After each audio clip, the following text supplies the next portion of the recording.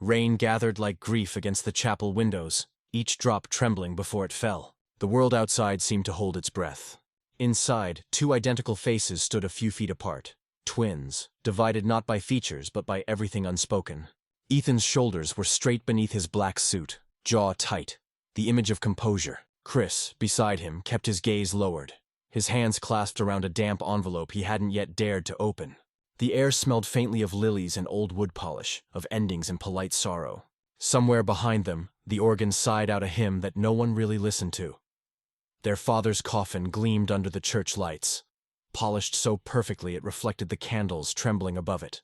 When the priest's voice wavered, Ethan stepped forward to steady him, as though even now he was the one expected to fix what had fallen apart. Chris remained still. He felt the weight of every stare, the cousins, the neighbors, the family friends whispering about the twins again, as if they were halves of one story instead of two lives slowly tearing apart. After the final prayer, they walked together to the burial ground. The grass was slick with rain, the soil dark as ink. Their mother leaned heavily on Ethan's arm, her face pale, her veil fluttering like a fragile wing in the wind. Chris walked a step behind, unseen but not unfeeling. When the first clod of earth struck the coffin, the sound echoed through him, solid, final. Later, in the drawing room of the old house, the lawyer cleared his throat. The fire hissed softly, the only warmth in a room full of tension. Ethan stood near the mantel, one hand gripping the edge of it. Chris sat on the armchair their father used to occupy, tracing the embroidery with his thumb. The will was simple, clinical. The business, the estate, the investments, all left to Ethan. For his reliability and contribution to the family legacy. The words landed like stones. Chris received no property, no title, just a small envelope sealed in red wax, his name written in their father's careful slanted handwriting. No one spoke for a moment. Even the fire seemed to pause. Ethan turned slightly toward his brother, eyes uncertain, as if searching for how to soften the blow. Their mother only whispered, "It's what your father thought best." Chris nodded once. "Of course." His voice was low, calm, unconvincing. He tucked the envelope into his coat pocket, his fingers trembling just enough for Ethan to notice. Outside, rain still clung to the garden's stone statues. He could see his reflection in the window.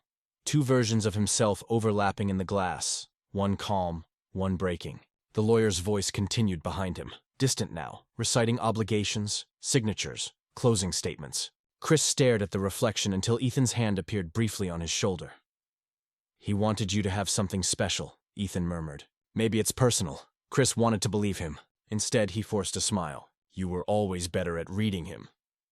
They stood in silence, both men caught between guilt and duty, the ghosts of their father's expectations still whispering through the room. That night, the house emptied slowly. Relatives departed in murmured goodbyes and damp umbrellas. Chris lingered in the hallway, running his fingertips along the framed photographs. Birthday parties, school awards, holidays by the sea. Every picture told the same story. Ethan in front, confident, certain. Chris slightly to the side, smiling softly, as though unsure if he was meant to be there at all. He stopped at one photo taken years ago, their father's arm around Ethan after a rugby match, both laughing. Chris remembered that day vividly, standing in the stands, cheering, the cold biting his hands, waiting for his father's glance that never came. He had gone home early and painted the sunset he'd seen that evening. His father never looked at that painting. Now, standing in the same house, the silence pressed against him. He could still hear Ethan's laughter in the next room, polite and practiced, mingling with their mother's weary sighs. The envelope felt heavy in his coat pocket, as though holding more than paper. He ran his thumb along the edge but didn't open it. Not yet. Instead, he wandered into his father's study. The room smelled faintly of tobacco and varnish. Dust floated through the lamplight like slow snow. The shelves were lined with leather-bound ledgers, all business and order. On the desk, an unfinished letter lay beneath a paperweight. The ink faded, the words beginning with, "My sons." Chris's chest tightened. He didn't read further. He couldn't. From the doorway, Ethan's reflection flickered in the mirror. "Mom's asking if you'll stay tonight," he said. Chris turned. "No, I think I should go." Ethan hesitated. "You sure?" "It's a long drive in the rain." Chris smiled faintly. "I don't mind the rain." Ethan stepped forward, something close to guilt flickering in his eyes. "You know he loved you, right? He just didn't always know how to show it." Chris met his gaze. "I used to think that was enough." For a heartbeat, neither moved. Then Ethan nodded. a silent truce neither understood, and left him there among the ghosts of their father's words. When Chris finally stepped outside, the night had deepened. The garden glistened under the street lamp's pale glow. He could hear the hum of distant cars, the world carrying on, indifferent. He walked toward his car, the gravel crunching underfoot, each step echoing the slow rhythm of something ending. At the gate, he paused, pulled out the envelope again. The seal had begun to soften from the rain. He turned it over, reading his name. Christopher James Holloway. Beneath it, the faint impression of his father's signet ring. He wanted to rip it open, to demand answers from the man who was gone. But instead, he slipped it back into his pocket, climbed into the car, and sat in silence. The wipers swayed back and forth, tracing his reflection across the windscreen. He drove without music, the road gleaming under the downpour, headlights cutting through fog like fragments of memory. The house behind him disappeared into the distance, its windows glowing briefly before being swallowed by night. Somewhere between the town and the empty fields beyond, Chris finally let the tears fall. They came quietly, as if afraid to disturb the rain. He didn't know if he was mourning his father, or the years wasted trying to earn a love that had always been conditional. By the time he reached the city, dawn was beginning to smear gray light across the sky. He parked near the Thames, watching ripples chase each other under the bridge. The world smelled of wet stone and petrol, of something beginning and ending at once. He reached for the envelope one last time, but only held it, feeling its corners soften against his palm. Maybe tomorrow, he thought. Maybe when it hurts less. He tilted his head back, eyes tracing the faint outline of the clouds breaking apart. Somewhere, he imagined his father's voice, distant, unreadable, carried by the rain. He whispered into the dawn, "You could have just told me." A gull cried overhead, sharp and lonely. Chris slipped the envelope back into his coat, started the engine, and drove on through the waking city. But what Chris didn't know was that the letter in his pocket wasn't an ending. It was a beginning written long before he was born. The rain had stopped sometime after dawn, but the smell of wet earth clung stubbornly to the air. I hadn't slept. My mind replayed the night before. The letter, the ink smudged by my trembling thumb, the weight of Dad's words pressing into my chest like a stone I couldn't swallow. The cottage was quiet except for the kettle's low hum and the steady drip of rain from the eaves. Across from me, Daniel sat at the kitchen table, hair still mussed from sleep, the morning light catching on the faint stubble across his jaw. My twin, or what was left of him, stared down at his phone, unreadable, his thumb flicking across the screen as if the world outside this kitchen could explain what we'd become. "You're quiet," he said finally, without looking up. "So are you," I replied. He sighed, setting the phone face down. "You read it, didn't you?" I hesitated. The letter was folded neatly beside my plate, its edges already soft from the number of times I'd opened and closed it. "Yeah," I said quietly. "I did." Daniel leaned back, arms crossed. And it wasn't what I expected." He huffed a short, humorless laugh. "You think I expected this either? You get the words, I get the money. Feels like some cruel joke." The sharpness in his tone made me flinch. The will had been clear. Daniel inherited the house, the savings, the car. I got a letter sealed with our father's old crest. The same one he used when he used to write us bedtime stories before things fell apart. I hadn't even opened it until last night. "Dad wanted you to have everything," I said, trying to sound steady. "He said you'd earned it." "Earned it?" Daniel pushed his chair back with a scrape. "I spent the last 5 years pretending I didn't care he wouldn't speak to you. I thought keeping peace with him meant saving what little family we had left. Turns out it just made me the obedient one." His words stung more than I wanted to admit. I looked down at my tea. "You didn't have to choose sides, didn't I?" He stepped closer, the sound of his bare feet on the wooden floor uncomfortably loud. "He wouldn't even say your name after you came out. I tried to make him change, but he—" Daniel stopped himself, running a hand through his hair. "He was proud of you, you know, even when he was angry. He just didn't know how to say it. I wanted to believe that. I really did. But the letter sitting in front of me was not a confession of pride. It was a map, a set of coordinates, a date, and 2 words. Tell him what? "Maybe he meant for you to find something," Daniel said softly, watching me. "Or someone. Or maybe it's just another way to keep us fighting."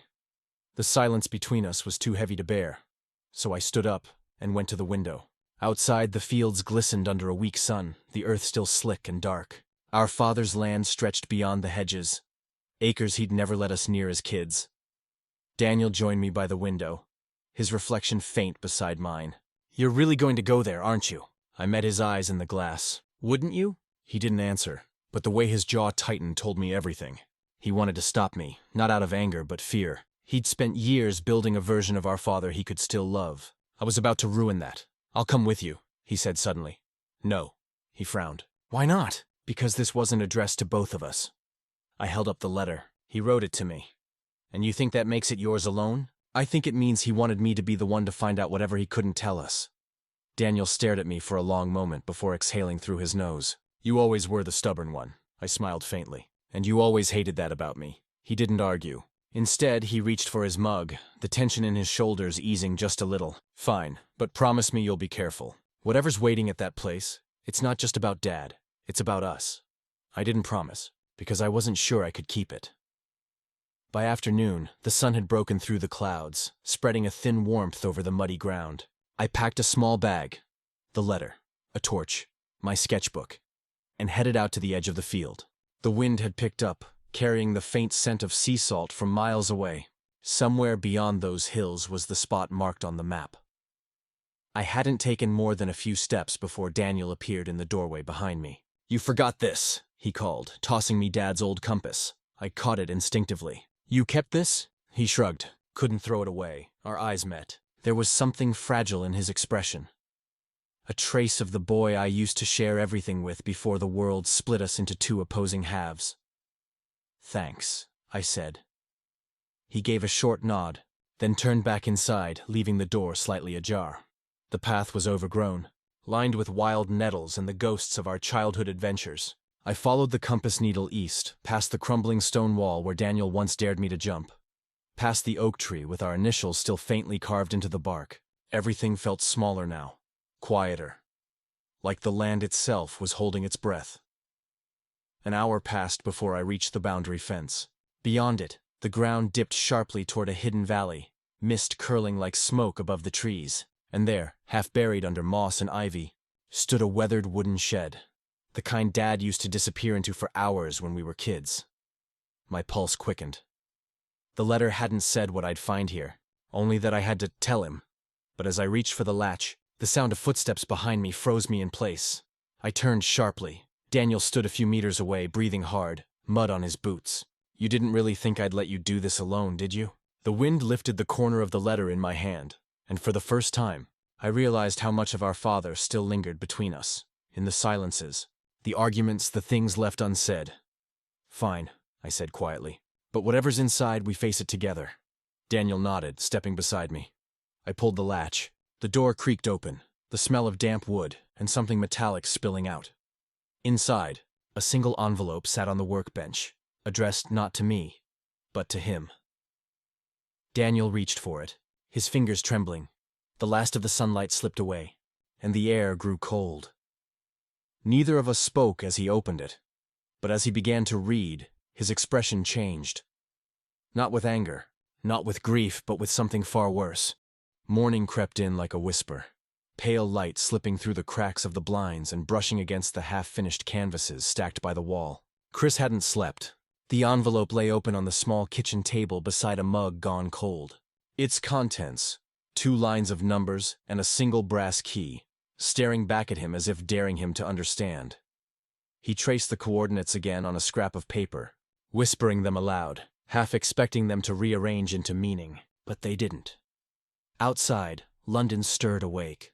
The low hum of buses, the distant hiss of rain on concrete, the clatter of bins against the curb. Life continued with its usual indifference. Chris stood, slipping the key into his pocket. He didn't know why he was packing a bag, only that standing still felt heavier than moving. A small voice, his father's, or maybe his own, seemed to murmur, "Go and see." He filled a flask with coffee, pulled on his coat, and stepped out into the gray. The train to Devon rattled through miles of countryside, past fields glazed with frost and clusters of cottages leaning against the wind. Chris watched his reflection blur in the window, his eyes hollow yet searching. He imagined Ethan at the office in the city, shaking hands, building the empire he'd inherited. The thought tightened his chest, but he let it pass. There was no anger left, only a quiet curiosity about what his father had wanted him to find. By the time the train reached the coast, clouds were beginning to break apart. The sea stretched endless and muted, a sheet of pewter under the pale sun. Chris walked from the station along a narrow path. the coordinates guiding him through a village that smelled of salt and chimney smoke. Shops were shuttered for winter. A stray cat followed him a few steps before disappearing under a fence. The path led uphill toward the cliffs. At the top stood a weathered cottage with whitewashed walls and a slate roof that glimmered faintly from the rain. A wrought iron gate leaned on broken hinges, and beside it hung a small wooden sign carved with the name Hymir. The key in his pocket seemed to grow warmer. He hesitated before knocking, but the door opened first. An elderly woman appeared. Gray hair tied in a loose bun, cardigan buttoned crookedly, eyes sharp but kind. "You must be Chris," she said, as if she'd been expecting him. He blinked. "Ah, yes. How did you—" She smiled faintly. "Your father told me you'd come one day. Said you'd look lost but mean well." Her words landed softly, disarming him. She introduced herself as Margaret, the caretaker of the property. Inside, the cottage was small but filled with light. Dust floated in slow spirals through the air, caught in sunbeams that filtered through lace curtains. The scent of salt and lavender drifted from a half-open window. Margaret poured tea without asking. Her movements were unhurried, as though time obeyed her instead of the other way round. Chris looked around. The low beams, the books stacked near the hearth, the sketches pinned to the wall. He froze. They were his father's. The same sharp, precise lines he remembered from old ledgers. But these were different. Softer. One drawing showed the sea under a rising moon. Another, two small boys standing on a cliff's edge, their hands almost touching. "He used to come here every month," Margaret said, following his gaze. "Said this place helped him remember who he was before the world told him who to be." Chris's throat tightened. "He never mentioned it," she nodded. "He kept it private. Said the cottage belonged to the part of him no one else understood." They drank in silence for a while. The tea was warm, the sound of waves rhythmic, almost hypnotic. "Did he ever talk about me?" Chris finally asked. Margaret's eyes softened. "Often. He'd sit by the fire, looking at that old photograph of you and your brother. Said you reminded him of someone he used to be, someone brave enough to live differently." The words unsettled him. "He never said that to me. Some people love loudly," she said, setting her cup down. "Others spend a lifetime learning how." Chris walked to the window. Outside, the cliffs curved into the distance, the sea breaking against them in white sprays. The wind carried a faint hum, almost musical. He wondered if his father had stood in this very spot, hearing the same song. In the next room, a narrow staircase led upward. Margaret told him there was an old study, untouched since his father's last visit. He climbed slowly, each step creaking under his weight. The door at the top opened into a room lined with canvases and papers. A small desk stood near the window, scattered with brushes hardened by time, and a notebook bound in leather. Chris sat and opened it. The first page was blank except for a single line in his father's handwriting. "For the son who sees beyond names and legacies." His hands trembled. He turned the page. Inside were sketches, notes, fragments of thoughts, poems about regret, about silence, about love that never found its voice. One entry stopped him cold. "I never told him because I feared he'd see the same confusion in me. The truth is, he already did." Chris pressed the book shut, heart racing. For the first time, he sensed that his father's distance hadn't been rejection. It had been recognition, unspoken and unfinished. He stayed in that room until the light faded. Margaret appeared at the door, holding a candle. "There's food downstairs if you're hungry," she said gently. He nodded but didn't move. "Margaret," he murmured, "why give me this place and not tell anyone?" She studied him for a long moment. "Because he wanted you to decide what to do with it, on your own terms. Not through lawyers, not through guilt. He wanted one thing in this family that was purely yours." The candlelight flickered between them. The wind howled faintly against the windows, carrying a sound that might have been the sea or the beginning of a storm. Downstairs, they ate soup by the fire. The flames threw soft light across the room, illuminating photographs and half-finished paintings. Chris felt the tightness in his chest begin to ease. He told Margaret small stories. His move to London, his struggle to find work, how the world had grown noisier and lonelier. She listened without interrupting, only occasionally nodding as if she already knew the shape of his pain. When he thanked her, she waved it off. "Your father did more for me than I ever did for him. This cottage was his sanctuary. Maybe now it can be yours." Chris looked around again, the walls glowing amber under the firelight. The sound of waves filled the quiet between words. Something deep inside him, something long closed, began to open. He thought of Ethan, of the divide that had grown between them, of the years spent measuring himself against someone else's definition of worth. For the first time, he wondered if his father's final gift wasn't about fairness at all, but freedom. The fire crackled, the clock ticked softly. Margaret rose to clear the bowls. And in the stillness that followed, Chris felt something shift, an ache turning toward understanding. He stood and reached for the window latch, letting in the night air. The sea glimmered under the moonlight, endless and patient. He whispered into the dark, "Maybe this was your way of saying sorry." Behind him, the floorboards creaked. Margaret's voice came softly from the doorway. "It wasn't just an apology, Chris. It was a map." He turned, confused. "A map to what?" She smiled, her eyes reflecting the candle's glow. "To the truth he couldn't carry anymore." Outside, the wind rose suddenly, sweeping through the open window. The flame bent, flickered, and went out. The sea had grown quieter by morning, as if it too had been holding its breath through the night. Mist rolled in from the headland, pale and almost sacred, blurring the horizon into something dreamlike. Chris stood outside the cottage, a mug of coffee cooling between his hands, eyes fixed on the waves that broke in slow, deliberate rhythm. He hadn't slept much. Every time he closed his eyes, he saw the handwriting again. His father's final letter, folded and worn from how many times he'd read it. Margaret moved inside, humming softly as she prepared breakfast. The sound of clinking plates carried through the open window, ordinary and comforting, grounding him against the storm in his chest. He glanced back through the glass. Her movements were careful, practiced, the kind of grace that comes only from years of surviving heartbreak. She caught his gaze for a second and smiled, a small, knowing smile that didn't need words. He turned away, sipping the now lukewarm coffee. "You were close to him, weren't you?" he said when she came outside a few minutes later, her cardigan pulled tight against the breeze. Margaret sat beside him on the stone step, eyes on the sea. "Close enough to know what kind of man he was," she said quietly, "and close enough to know what kind he wanted to be." Chris felt something twist inside him. He never talked about this place. Never mentioned you? He wouldn't have. He was afraid of being found out. Found out for what? She hesitated, fingers tightening around her cup. For loving in a way the world didn't let him. The words landed like a tremor. Chris looked at her, his pulse unsteady. "You mean—" Margaret nodded slowly. "Not me. Someone else, a man. Long before you were born." For a moment, everything went still. Even the gulls seemed to quiet, circling high above the shore. Chris tried to speak, but no sound came. It was as though the ground beneath him had shifted, revealing a version of his father he'd never imagined. Not the strict, reserved man from childhood memories, but someone entirely human, terrified, and lonely. Margaret reached for something beside her. A wooden box, small and weathered, its latch rusted from years of salt air. "He left this with me," she said. "Said I was to give it to the one who'd understand." Chris stared at it, unsure whether to touch it. "The one who'd understand? You," she said simply. "He knew, Chris, long before you said anything to him. He didn't know how to show it, but he knew." His throat tightened. He remembered that night years ago when he'd come out to his father. The silence that followed, the unspoken disappointment, the way the man's eyes had clouded over before he'd simply said, "All right then. No anger, no acceptance, just distance." Now, staring at the box, Chris felt that same silence reaching for him again. Only this time, it didn't feel empty. It felt full, waiting.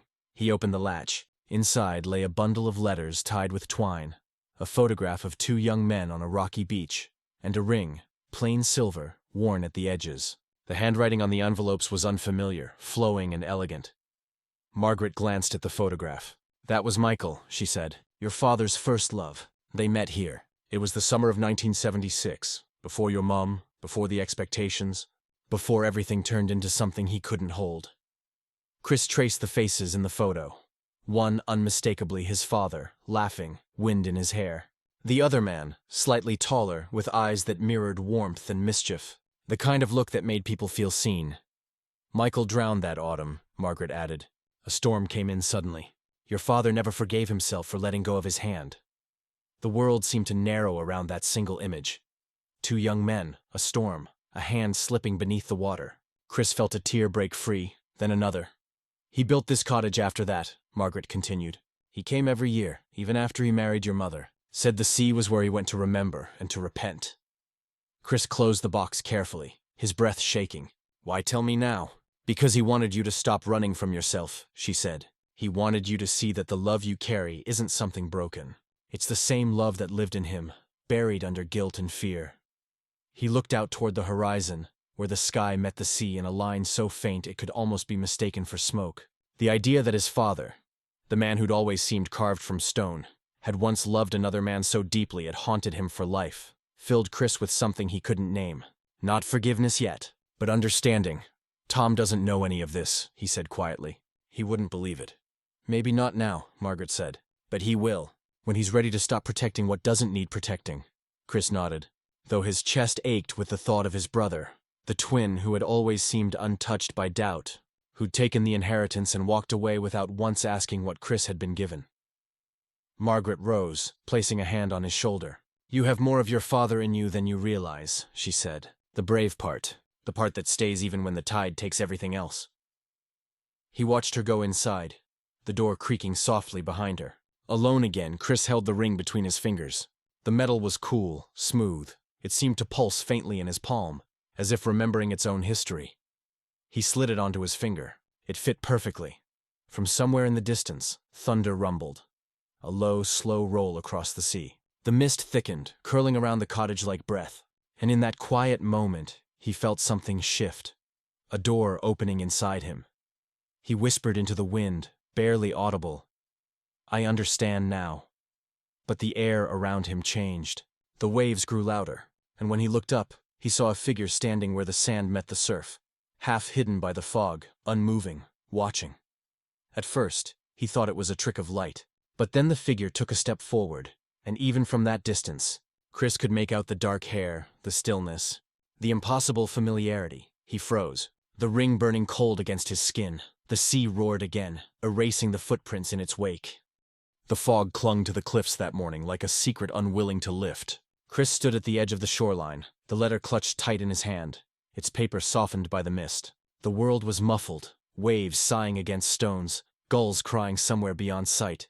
Yet within him, every sound seemed sharpened, each breath too loud. The figure he'd glimpsed the night before had vanished by dawn, but the imprint of it remained. A man's outline caught in the half-light, watching him from the ridge. He hadn't slept. The memory of that face, or what he thought might have been his brother's, circled endlessly in his mind. He wanted to believe it was the fog playing tricks, but something deeper told him it wasn't. When he stepped back into the cottage, Margaret was already awake, stirring tea by the window. She looked up, reading his unease without words. You saw someone again, didn't you? She asked softly. Chris hesitated, lowering himself into the chair opposite her. I don't know. Maybe. It looked like Tom. The name felt foreign on his tongue, heavier now than it had been months ago at the funeral. Margaret said nothing for a long moment. Only the clock ticked, its rhythm almost human in the quiet. If he's here, she said finally, then there's something unfinished between you both. Perhaps this letter isn't just about your father. He wanted to laugh, to dismiss her as kind but fanciful, yet he couldn't. Every word of that letter had changed the soil beneath his life, and if Tom was truly here, it meant there were still truths buried he hadn't unearthed. By midday, Chris couldn't stay inside any longer. The weather had begun to turn. The clouds moved like bruises across the sky. He walked the narrow path behind the cottage, boots sinking into the damp earth. The air tasted of salt and old rain. Every turn of the path seemed to whisper of something familiar. Laughter once shared, a boyhood argument, their father's rough voice calling them home for supper. He reached a field bordered by the ruins of a dry stone wall. And there, against the gray of the sea, stood a man, Tom. For a heartbeat, neither of them moved. Then Tom turned, his expression unreadable beneath the drizzle. The years had etched themselves onto him, sharper lines at the jaw, shadows beneath his eyes. But the resemblance was undeniable. It was like staring into a mirror warped by time and regret. I thought you wouldn't come, Chris said finally, voice low, carried off by the wind. Tom gave a small, humorless laugh. I wasn't sure I should. They walked closer, though neither seemed to know what to do with their hands or eyes. Chris wanted to reach out, to demand explanations, to rage, but all that came was a tired exhale. You got the house, Chris said, almost gently. And I got the letter. Seems fair, doesn't it? Tom flinched, his eyes narrowing. You think I asked for that? Dad handled it. I didn't know about your letter until the lawyer told me after the funeral. Didn't know, or didn't care. Chris's tone cracked like a frozen branch. Tom looked away, toward the horizon where sea met sky. "You always think the worst of me." Silence pooled between them. The wind tugged at their coats, carrying with it the echo of childhood arguments. Chris wanted to fill that silence, to say something that might make sense of the last few months. But there were too many unsaid things pressing at his throat. Then Tom spoke again, his voice quieter now. "I read the letter." Chris's breath caught. "What?" Tom nodded. "Dad left me a copy. Said I'd need it one day. Said you would too." He reached into his coat pocket and pulled out a small envelope, worn like the one Chris had received. "I didn't understand it until now." Chris took it with shaking hands. His name was written on it, the same handwriting, the same ink. But this one was sealed with a faint imprint of wax, their father's initials pressed into it. He didn't open it yet. He couldn't. "What does it say?" he asked, voice trembling. Tom's gaze softened, a rare flicker of brotherhood surfacing through the years of distance. That we were both wrong about him, about each other, that there were things he couldn't say while he was alive. Chris looked down at the letter, his throat tightening. "Why didn't you tell me sooner?" Tom exhaled, stepping closer. "Because I thought you hated me, and maybe I thought I deserved it." It was such a simple confession, yet it landed with the weight of everything left unsaid between them. The fights, the silence, the unspoken judgments. The rain began to fall harder, drumming on the stones around them. Tom's voice was almost lost in it. "He was ashamed of how he treated you," Tom continued. "He told me he couldn't change what he'd done, but he wanted to make sure you knew he saw you, that he finally understood." Chris swallowed, the mist stinging his eyes. "Then why didn't he say it while he was still breathing?" Tom's reply was barely a whisper. "Because he was still afraid." That silence returned. But this time, it felt different. Not empty, but full of ghosts. The brothers stood side by side beneath the rain, two silhouettes tethered by loss. For the first time, Chris felt the anger inside him shift, soften, though not enough to let go. They walked back toward the cottage without speaking, the air thick with what couldn't yet be forgiven. Margaret watched from the doorway, a kettle steaming behind her. When she saw their faces, she seemed to understand everything without needing a single word. "Come in," she said gently. "Both of you." Inside, the warmth hit them like a memory. Tom sat by the fire, his gaze fixed on the flames. Chris finally broke the seal of the second letter. The handwriting trembled across the page. Their father's voice, caught between guilt and love. "To my sons, I built walls I thought would protect you, but they only kept us apart. I gave one of you a house, thinking it was safety. I gave the other a letter, thinking it was understanding. But perhaps both were burdens. If you're reading this together, then maybe there's still hope for what I broke." Chris folded the letter slowly. Outside, the storm had begun to ease. A faint patch of light opened in the clouds. Tom finally looked up. "So what now?" Chris didn't answer at first. He stared into the fire, the words echoing in him. Then he said quietly, "Now we find out what he meant by hope." Tom nodded. A fragile truce, a beginning wrapped inside an ending. But as the last of the rain faded, a knock came at the cottage door. 3 measured taps, calm, deliberate. Chris froze. Margaret's expression changed, the color draining from her face. "It can't be," she whispered. Chris turned toward the door, heart pounding, and for the first time he realized the past wasn't done with them yet. The knock echoed through the cottage like a memory demanding to be heard. Chris stood motionless, his pulse thrumming against his ribs. Tom's eyes flicked to him, uncertain, as Margaret hesitated by the hearth. The fire crackled softly, its light trembling across the walls. Outside, the sea wind carried the faint scent of salt and rain, the kind of air that felt alive, as though it had brought someone with it. The knock came again, 3 steady raps that carried a strange familiarity. Margaret stepped forward first. Her hand hovered over the latch. "You should be ready," she whispered. "For what?" Chris asked, but his voice felt distant, like it belonged to someone else. When the door opened, a man stood framed in the pale gray light. He was older than Chris remembered, his beard streaked with silver, his coat heavy with travel. For a heartbeat, no one spoke. The wind filled the silence between them, whistling faintly through the eaves. Then Margaret's breath caught. "Henry," she said softly. Chris's world tilted. His father's name fell from her lips like an impossible truth. Tom stumbled back, disbelief flashing across his face. "That's not possible." But the man stepped forward, his gaze steady. The same blue-gray eyes that had once glared, once softened, once wept. "It's me," he said quietly. "I didn't die." The words hit like a wave breaking over stone. Chris couldn't move, couldn't think. He stared at the man who'd buried him in silence for years, who'd made one twin an heir and the other a ghost, the man who was supposed to be gone. Margaret closed the door behind him, her hands trembling. "You should explain," she whispered. Henry's coat dripped onto the wooden floor. His voice was rough, carrying years of distance. "I didn't fake my death to hurt you. I did it because I had to. There were debts, mistakes, people I'd wronged. I thought leaving would keep you safe." Tom's anger rose fast. "Safe? You left us with lawyers and whispers in a grave that wasn't real." Henry winced but didn't look away. "I know. And I've lived every day regretting it." Chris finally found his voice. "Then why come back now? Why the letters, the inheritance, the lies?" Henry looked at him with a mixture of pride and sorrow. "Because you were the only one who ever saw me clearly, Chris. I gave you the letter because I needed you to see the truth. That everything I built was hollow. That love isn't measured by what you leave behind, but by what you're brave enough to face." For a long moment, no one spoke. The fire snapped softly. Outside, the tide pulled at the rocks. Chris felt something inside him shifting. Disbelief giving way to something heavier, rawer. Margaret stepped closer to Henry. "You've carried this long enough," she said gently. "Tell them the rest." Henry's eyes glistened. "Your mother didn't die in that accident," he said quietly. "She left. I couldn't admit it then.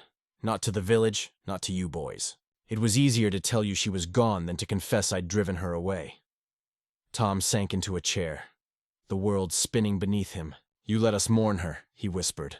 "I did," Henry said, his voice cracking, "because I was too ashamed to tell you she'd run away with the man I blamed for everything. I thought if I erased the truth, I could erase my failure." Chris's fists clenched at his sides. "So all of this? The house? The letter? Your own fake death? It was all guilt?" Henry nodded. "And cowardice." The cottage filled with the sound of the storm returning, rattling the windows like a living thing. Margaret poured tea with hands that shook slightly, the china clinking in the quiet. No one touched their cups. Tom finally spoke, his tone lower now, stripped of fury. "You could have faced it, Dad. We would have listened. We needed you to stay." Henry's shoulders sagged. "I know, but I wasn't the man you needed me to be." Chris stared at him, at the man who had defined so much of his pain, and realized something unsettling. He wasn't angry anymore. Not in the same way. He was tired, hollowed out by years of resentment. Beneath it, a strange, fragile understanding began to form. "You came back to fix this," Chris said. "But some things don't get fixed. They just change shape." Henry looked at him with quiet gratitude. "Then let it change, son. That's all I ask." The wind howled, the door trembling against its hinges. Margaret moved to secure it, but Tom stood instead, blocking his father's path. His face was streaked with rain and tears. "You left us to grow up hating each other," Tom said. "I blamed him because you made me think he was the favorite. And he blamed me because you made him feel like the mistake. Do you know what that does to brothers?" Henry's voice broke. "I do now." Tom shook his head, stepping aside, unable to look at him. Chris turned away too, staring into the fire. The flames reflected in his eyes like two versions of himself. One that had lived in shadow, and one finally beginning to see. Then without a word, Henry reached into his coat pocket and placed a folded document on the table. The wax seal had already cracked. "This was meant for both of you," he said softly. "Everything I still own. The land, the cottage, the trust. It's yours together. I'm done running." Chris looked at the paper but didn't touch it.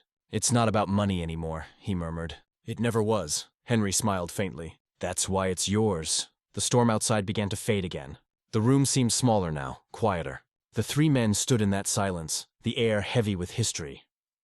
Finally, Chris stepped forward, his hand outstretched. Henry hesitated, then took it. Their hands shook, rough and unfamiliar, but real. Tom joined them a moment later, his fingers gripping tight. For the first time, there was no anger left between them, only exhaustion and the beginning of forgiveness. Margaret wiped her eyes quietly, retreating to the window where dawn had begun to bleed across the sea. The light was soft, uncertain, but growing stronger. When Chris finally spoke again, his voice carried the weight of everything they'd lost, and everything they might still find. "We can't undo the past," he said, "but maybe we can stop it from repeating." Henry nodded, his gaze far away. "That's all a father can hope for." The fire burned low. Outside, the tide turned once more. Slow, inevitable, endless. Later that morning, when they stepped outside, the mist had lifted entirely. The cliffs stretched clear beneath the sunlight. Henry stood between his sons, looking toward the horizon. For a moment, he looked like the man he'd once been. Before lies, before distance, before fear. And then he smiled. The first true smile Chris had seen in years. "Home," he whispered. Tom nodded, the word barely audible. "Finally." As the waves crashed below, Chris turned the letter over one last time in his hand. The ink faded, the paper worn. He didn't need to read it again. He'd understood what it had always meant. That love, like the sea, finds its way back, no matter how far it drifts. But as they began walking toward the village, Margaret watching from the doorway, a single gull screamed overhead, sharp and echoing, a reminder that peace was never permanent, only earned. Still, Chris didn't look back. He simply said under his breath, "I'm ready." And somewhere deep inside, for the first time, he truly was.